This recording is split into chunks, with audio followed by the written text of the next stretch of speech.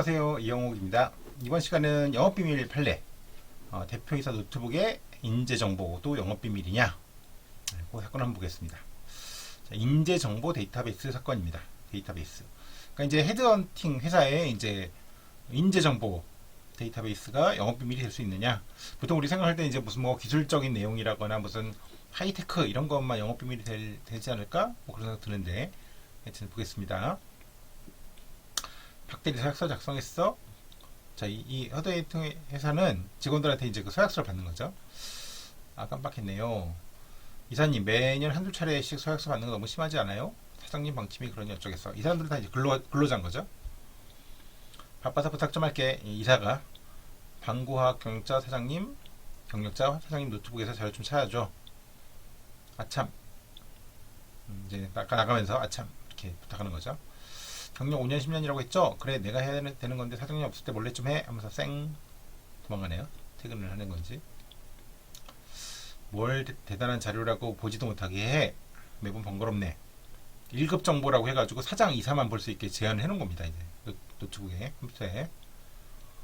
하지만 실은 이 자료는 몽땅 내 USB에 이미 들어가 있지롱. 이미 이제 직원이 그걸 다운 받아놓은 거죠. USB에다. 잠깐, 이 자료도 있는데 다른 회사 또 한번 알아볼까? 그러니까 자료가 이제 회사에 그 알짜 자료들이 있으니까 이제 이직을 좀 한번 생각해 볼까? 라는 거죠. 박대리가 퇴직한 후 몇 달 뒤. 뭐야? 퇴직한 박대리가 우리 고객에게 전화를 하고 있다고? 어떻게 된 일이야? 그러니까 이제 그 데이터베이스 갖고 나가가지고 이제 연락을 하는 거죠. 꽝.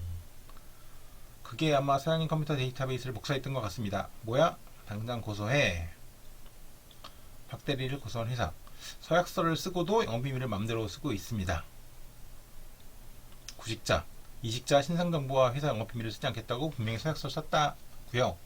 그래놓고 이런 짓을. 예. 한편 그 근로자 측에서는 사람들 정보가 영업비밀이라뇨. 하이테크 발명 도면 뭐 그런 게 영업비밀이죠. 게다가 사장님 노트북 자료를 제가 직접 복사도 했고요. 이게 좀 약간 공색하죠. 이거는 허락은 안 받았지만. 자, 그래서 결국 법정에서 만난 양쪽. 회사의 영업비밀을 사용한 피고인을 엄벌해 주십시오. 검사죠, 이거는. 이 사람은. 그걸 어떻게 영업비밀이라고 합니까? 피고인은 무죄입니다. 검사 쪽 얘기는 데이터베이스의말로 핵심적인 정보입니다. 헤드헌팅 회사에서 그걸 빼면 뭐가 남습니까? 라는 거고요. 그래서 대표이사 노트북에만 자료를 넣고 접근자를 제한한 점을 보면 영업비밀로 관리도 했던 것 같다. 그러니까 비밀로 관리했다는 게 제일 중요하다는 거 말씀드렸죠. 자, 사람들 신상정보 연락처가 무슨 영업비밀입니까? 좀 수고만 하면 다 알아볼 수 있는 것들입니다. 네, 좀 오픈되어 있다는 거죠. 그런 것들 좀 수고만 하면. 실제로 피고인이 데이터베이스를 갖고 있던 점을 보면 비밀 관리가 과연 된 걸지도 의문이다. 비밀 관리도 소홀했던 것 같다 라는 건데요. 얼마 후 선거날 과연 판결 결과는 인재정보 데이터베이스는 수집하기 위해 상당한 자금이 투입되었고 회사 양식으로 재작성된 헤드헌팅 회사의 핵심 정보다. 데이터베이스를 대표이사가 노트북에 보관 관리하며 소수 사람만 접근하도록 관리하고 직원들의 서약서를 받은 점에 비춰서 영업비밀에 해당한다. 유죄라는 거죠. 그래서 네, 검사님 이제 정말 감사합니다. 이제 마음이 좀 풀어지네요. 예, 언제 소주라도 한 잔? 검사는 먹으면 안 되겠죠? 예. 와, 그런 재료가 영업비밀까지 될지는 정말 몰랐어요. 라고 하는 겁니다. 판례 내용 한번 보겠습니다. 회사의 데이터베이스에 있는 개인 이력 등 인재정보 영업비밀이냐? 영업비밀 맞다. 유출된 자료에는 업무 분야별로 구분된 수백 명 분량의 구직자 이력서 등이 들어있었고 인재정보에는 회사 대표가 개인적 인맥 등을 통하여 취득한 정보 등이 다수 포함되어 있었다. 유출된 인재정보는 헤드헌팅 회사의 영업을 위한 핵심적인 정보로서 이러한 자료가 경쟁업체에 넘어가는 경우 막대한 영업상 손실이 발생할 수 있다. 인재정보 데이터베이스는 회사의 대표가 자신의 노트북에 담아 보관 관리하면서 직원들 상대로 회사 영업비밀 관리 규정 준수하겠다는 서약서도 정기적으로 받아왔고 피고인도 재직 및 퇴직자 같은 내용의 서약서를 제출했다. 그러니까 영업비밀 맞다는 거죠.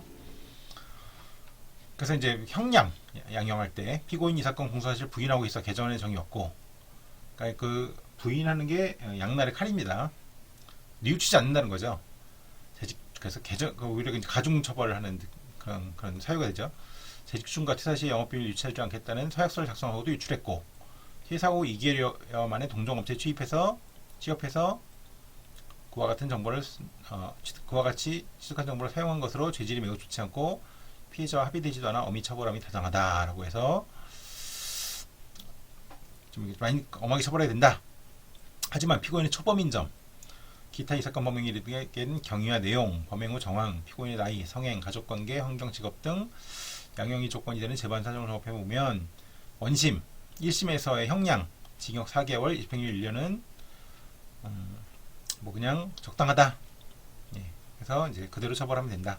이게 이제 징역 4개월, 집행유예 1년이면 아니 그게 무슨 벌금도 아니고 뭐가 이게 무겁다는 거냐 하겠지만 가볍다는 거냐 하겠지만 집행유예라는 건 실형이죠. 이게 굉장히 중한 벌입니다. 이게 사실. 근데 아무래도 좀 약하다는 느낌도 좀 있죠. 예. 형량이라는 게 참 어려운 것 같습니다. 양형이라는 게. 자, 제가 요 근래 쓴 책이 하나 나왔습니다. 유튜버를 위한 저작권 백문백답. 그래서 유튜브 콘텐츠 제작의 모든 법적 문제 해결. 이렇게 이제 절반은 만화, 절반은 글로 돼 있고요. 뭐 유튜버나 뭐 변리사, 노무사 등 현직 실무자들이 감수도 해줬고 즉시 사용 가능한 필수 계약서 업종도 제공하고 있습니다. 그래서 혹시 뭐 관심 있는 분 사 보시면 좋겠습니다. 예, 오늘 여기까지 하겠습니다. 감사합니다.